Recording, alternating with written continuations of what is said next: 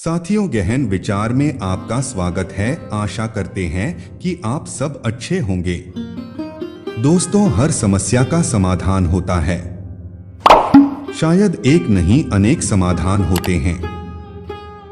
दिक्कत यह है कि या तो हम समस्याओं का सामना करने से ही कतराते हैं या फिर सामना करते हैं तो पूरे मनोयोग से नहीं। किसी भी काम को मनोयोग पूर्वक करने में समय लगता है, लेकिन हम अन्य बातों में इतना उलझे रहते हैं कि कभी भी समस्या को पूरा समय नहीं दे पाते। हम खंड खंड में अपना समय देते हैं, फलतः हमें प्रभावकारी समाधान नहीं मिल पाता। आइए साथियों, आपको एक कहानी सुनाता हूं जो आपको समस्या का समाधान ढूंढने में मदद करेगी। दोस्तों, इससे पहले आप इस कहानी में खो जाएं, हमारे चैनल को सब्सक्राइब जरूर कर दें। अगर कृष्ण भक्त हैं तो कमेंट बॉक्स में राधे राधे जरूर लिखें। बहुत समय पहले की बात है।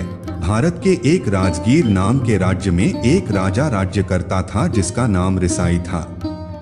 वह बहुत अनुशासन प्रिय राजा था। उसके राज्य करने का तरीका ऐसा था कि राज्य के किसी भी व्यक्ति की उसके खिलाफ षड्यंत्र करने की हिम्मत नहीं होती थी। उस राजा के 3 बेटे थे, रामदत्त, तारादत्त और विजयदत्त। जब राजा की मृत्यु हुई तब उसका सबसे बड़ा बेटा रामदत्त राजा बना। रामदत्त स्वभाव से दयालु था, जिसके कारण उसने अपने पिता के बनाए नियमों में परिवर्तन करके उन्हें सरल बना दिया था। उसकी इसी बात का फायदा उठाकर कुछ चालाक मंत्री अपनी मनमानी करने लगे और राजा के खिलाफ षड्यंत्र की योजना बनाने लगे। राजा के महल में एक पहरेदार था। उसने राजा को इस बारे में बताया, लेकिन राजा ने उसकी बातों पर ध्यान नहीं दिया। एक दिन चालाक मंत्रियों ने राजमहल के रसोइये के साथ मिलकर राजा के खाने में जहर मिला दिया। राजा की तबीयत बिगड़ने पर वैद्य को बुलाया गया। चालाक दरबारियों ने सोने की मुहरें देकर वैद्य को अपनी तरफ मिला लिया। अब वैद्य बिना इलाज किए ही वहां से चला गया। राजा की मृत्यु हो गई। अब रामदत्त की जगह तारादत्त को राजा बनाया गया। चालाक मंत्रियों की यह योजना सफल होने के कारण राज्य के बहुत से दरबारी, मंत्री, सेनापति आदि भी अपनी मनमानी करने लगे। यह सभी लोग तारादत्त के लिए बहुत बड़ी समस्या बन गए थे। यह लोग मिलकर कभी भी तारादत्त के खिलाफ षड्यंत्र बनाकर उसके बड़े भाई रामदत्त की तरह उसे भी षड्यंत्र का शिकार बना सकते थे। तारादत्त बहुत परेशान रहने लगा। उसे इस समस्या का कोई हल नहीं मिल रहा था। महल में रहने वाले उसी पहरेदार ने, जिसने रामदत्त को षड्यंत्र के बारे में बताया था, जब तारादत्त को परेशान देखा तो उसने उनसे कहा, महाराज, यदि आप कहें तो मैं आपको इस समस्या का समाधान बता सकता हूँ। तारादत्त ने अपने इस पहरेदार की बातों पर कोई भी ध्यान नहीं दिया और उस नौकर से कहा, जब मैं और मेरे खास गुप्तचर इस समस्या का कोई हल नहीं सोच पा रहे हैं तो तुम तो एक पहरेदार हो। इतनी बात कहकर राजा अपने दरबार में चला गया। तारादत्त ने कुछ कठोर नियम व कानून भी बनाए, लेकिन कुछ फायदा नहीं हुआ। बल्कि दरबारी, मंत्री, सेनापति आदि राजा द्वारा बनाए गए कठोर नियमों की वजह से उससे चिढ़ने लगे, क्योंकि यह कठोर नियम उन्हें राज्य में उनकी मनमानी करने से रोकने के लिए बनाए गए थे। कुछ ही दिनों में तारादत्त के सेनापति ने राजा के कुछ गुप्तचरों से मिलकर एक षड्यंत्र बनाया। एक दिन सेनापति राजा को लेकर शिकार करने जंगल में गया। वहां शिकार करते समय राजा को जंगल में ऐसी जगह अकेले छोड़ दिया गया जहां खूंखार जंगली जानवर रहते थे। जंगली जानवरों ने राजा को अकेला देखकर हमला कर दिया और उसे मार डाला। सेनापति और गुप्तचरों ने राज दरबार में आकर एक झूठी कहानी सुना दी, जिससे राज परिवार को यह विश्वास हो जाए कि उनकी बहुत कोशिशों के बाद भी वह राजा को नहीं बचा सके। अब तारादत्त की जगह उसके छोटे भाई विजयदत्त को राजा बनाया गया। अब विजयदत्त के सामने भी वही समस्याएं खड़ी थीं जो वीरदत्त के सामने थीं। राजमहल के अधिकतर कर्मचारी अपनी मनमानी में लग गए। विजयदत्त हमेशा षड्यंत्रकारियों से बचाव और कुशलता पूर्वक राज्य को चलाने के उपाय सोचता रहता था। अब तो वह राजमहल के किसी भी बड़े कर्मचारी पर विश्वास नहीं कर सकता था। राजा यदि अपने इन बड़े मंत्रियों पर कुछ कठोर कार्यवाही करता तो यह दरबारी राजा के खिलाफ षड्यंत्र करके उसका जीवन ही समाप्त कर देते थे, और यदि राजा कोई कार्यवाही नहीं करता था तो यह कर्मचारी अपनी मनमानी करके राज्य को बहुत नुकसान पहुंचा रहे थे।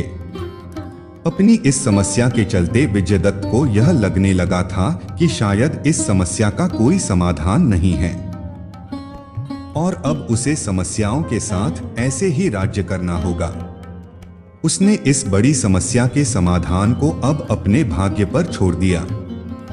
राजमहल में रहने वाला वही पहरेदार विजयदत्त की इस परेशानी को देखकर उसके पास गया और बोला, महाराज, यदि आप आज्ञा दें तो मैं आपकी इस समस्या का उचित समाधान बता सकता हूँ। राजा ने उस सैनिक की तरफ देखा और कहा, जब पूरा राज परिवार इस समस्या का हल नहीं खोज पा रहा है तो तुम एक पहरेदार होकर क्या समाधान दे सकते हो?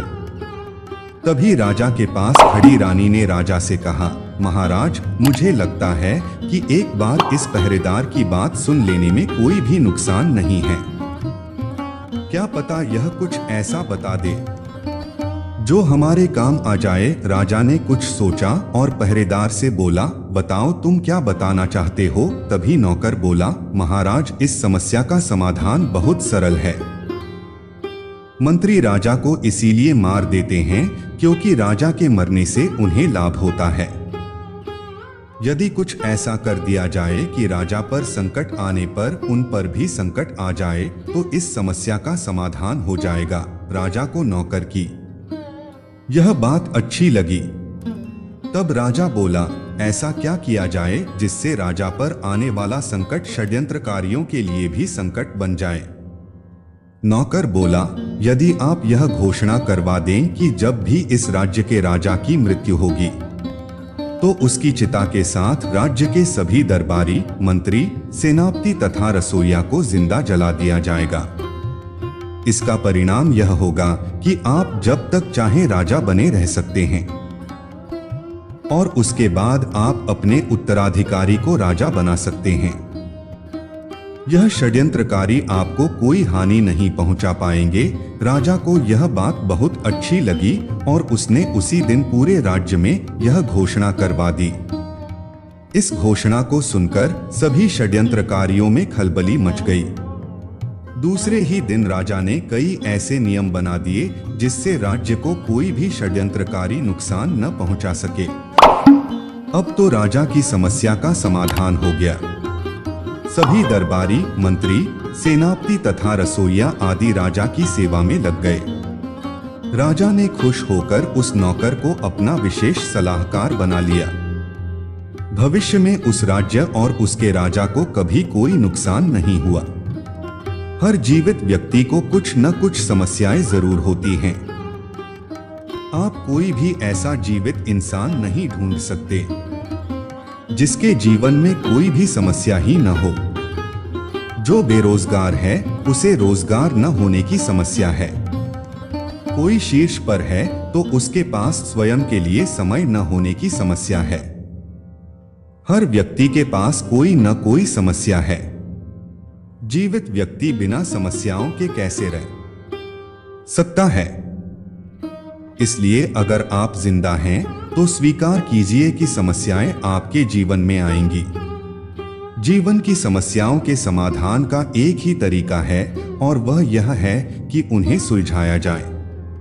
इसके लिए हमें पहले किसी भी समस्या के प्रति अपनी जिम्मेदारी स्वीकार करनी पड़ेगी, पर हम में से अधिकांश लोग अपनी समस्या से कतराते हैं।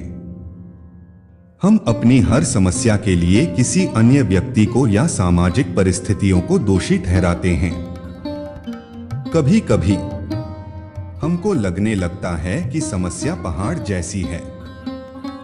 याद रखिए, संसार में कोई भी ताला बिना चाबी के नहीं बनता। उसी तरीके से कोई भी समस्या बिना समाधान के नहीं होती। समस्याएं नहीं बदलेंगी वरन समस्याओं को हल करने का तरीका बदलेगा। वो तरीका आपको चुनना है। किसी भी समस्या में इतनी ताकत नहीं होती कि वो किसी व्यक्ति को खत्म कर दे जब तक वह व्यक्ति उस समस्या को इस बात की इजाजत ना दे। दुनिया में कोई आपका अपमान तब तक नहीं कर सकता जब तक आप उसे इजाजत ना दें। कोई समस्या आपको हरा नहीं सकती जब तक आप उसको इजाजत न दें। हर समस्या की एक सीमित अवधि होती है, हर पहाड़ की एक चोटी होती है, हर घाटी का एक अंत होता है। ठीक इसी प्रकार हर चीज का कहीं न कहीं कोई अंत अवश्य होता है। जो चीज प्रारंभ हुई है उसका अंत भी होता है। इसलिए ये कभी मत सोचिए कि कोई समस्या आपको पूरी तरह से तोड़ देगी या पूरी तरह से खत्म कर देगी। हर समस्या अस्थायी है, उसको अस्थायी तरीके से लेकर मन में ये उम्मीद रखिए कि जल्दी ही समस्या हल हो जाएगी। जीवन में परीक्षा धर्म की होती है, अधर्म की नहीं। जीवन की परीक्षा में जो सफल होते हैं दुनिया उन्हीं को पहचानती और प्रशंसा करती है। संसार में समस्या हर जगह है, हर परिवार में है, हर देश में है। जो सबके पास हो यह सामान्य बात होती है। इसके लिए दुखी नहीं होना चाहिए। जीवन में समस्या आए तो विचलित हुए बिना समाधान ढूंढना चाहिए।